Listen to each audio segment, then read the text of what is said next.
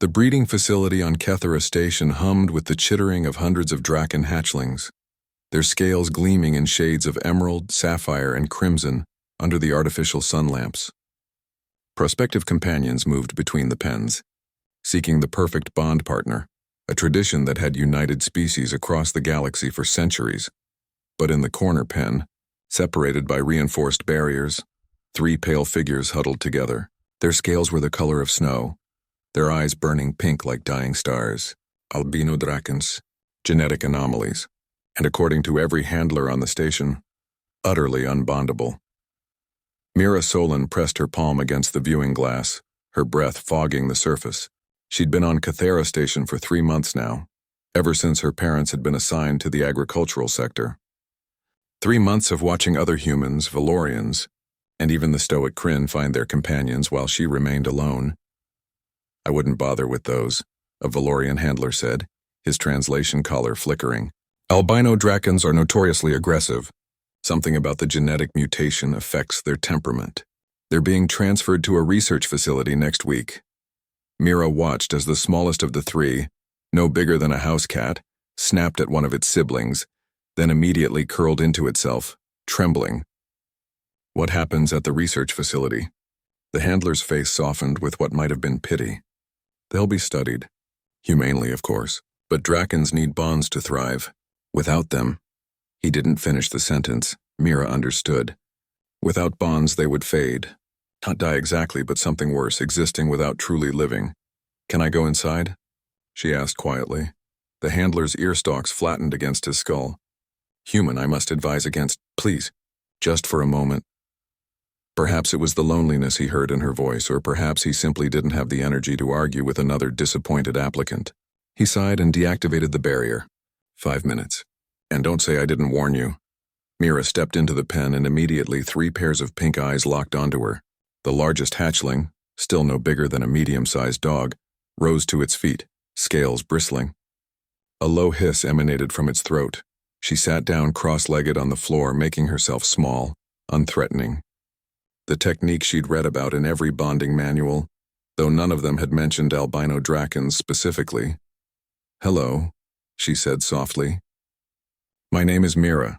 The largest hatchling took a threatening step forward. The other 2 remained motionless, watching, waiting. Mira didn't move. Outside the pen, she could hear the handler speaking urgently into his communicator, probably calling for backup. But she kept her eyes on the approaching hatchling, noting the way its claws clicked against the floor, the way its tail twitched with each step. It wasn't aggression, she realized. It was fear. "You're scared," she whispered. "Everyone who comes here looks at you like you're broken. Like you're wrong." She swallowed hard. Her own memories surfacing, the pitying looks from the other kids on the station, the whispers about the girl who couldn't make friends, who spent her time in the observation deck staring at stars. "I know what that feels like." The hatchling stopped a foot away from her, its head tilted. Then slowly, it extended its neck forward, sniffing the air around her. She could smell something sharp and clean, like ozone after a storm. "They call you irritable," Mira continued, her voice steady despite her racing heart. "But maybe you're just tired of being looked at like you don't belong." She extended her hand, palm down, fingers relaxed. "Not reaching, just offering. I'm not here to fix you. I'm not here to study you. I'm just looking for a friend."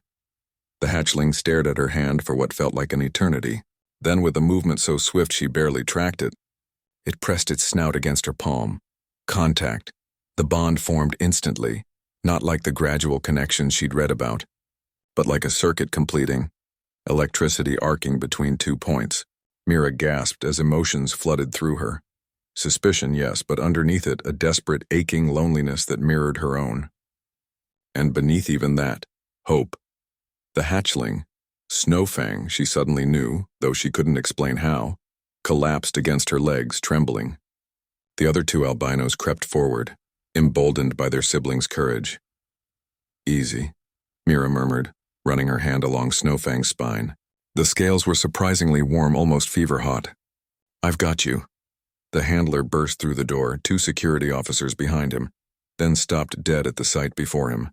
Mira sat calmly in the center of the pen, 3 albino hatchlings pressed against her, their earlier aggression completely absent. Impossible, the Valorian breathed. In 20 years of breeding, no one has ever bonded with an albino. Mira looked up, her hand still stroking Snowfang's head. Maybe no one ever asked what they needed instead of focusing on what was wrong with them. Word spread quickly through Cathera Station. The human girl who had bonded with not one but all 3 of the unbondable albino drakons became something of a legend. Scientists came to study the connection, baffled by its strength and stability. But Mira didn't care about their research or their theories. She spent her days with Snowfang and the others, watching them grow stronger, more confident. The irritability everyone had documented faded as they realized they were safe, accepted, wanted. 6 months later, when a Kryn diplomat arrived with her own impossible companion, an aggressive albino from a different facility, she sought out Mira immediately. "How did you do it?"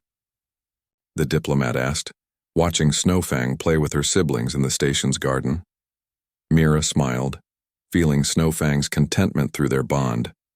Humans have a saying, sometimes the most broken-looking things just need someone to see them as whole. She looked at the Kryn. "We've been outcasts and underdogs for most of our history. Maybe that's why we recognize each other." The galaxy would eventually learn what Mira had discovered that day in the breeding pen.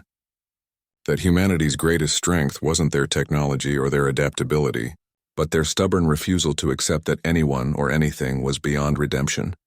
All it took was someone willing to sit down on the floor and ask simply and honestly for a friend. And sometimes, just sometimes, that was enough to change everything.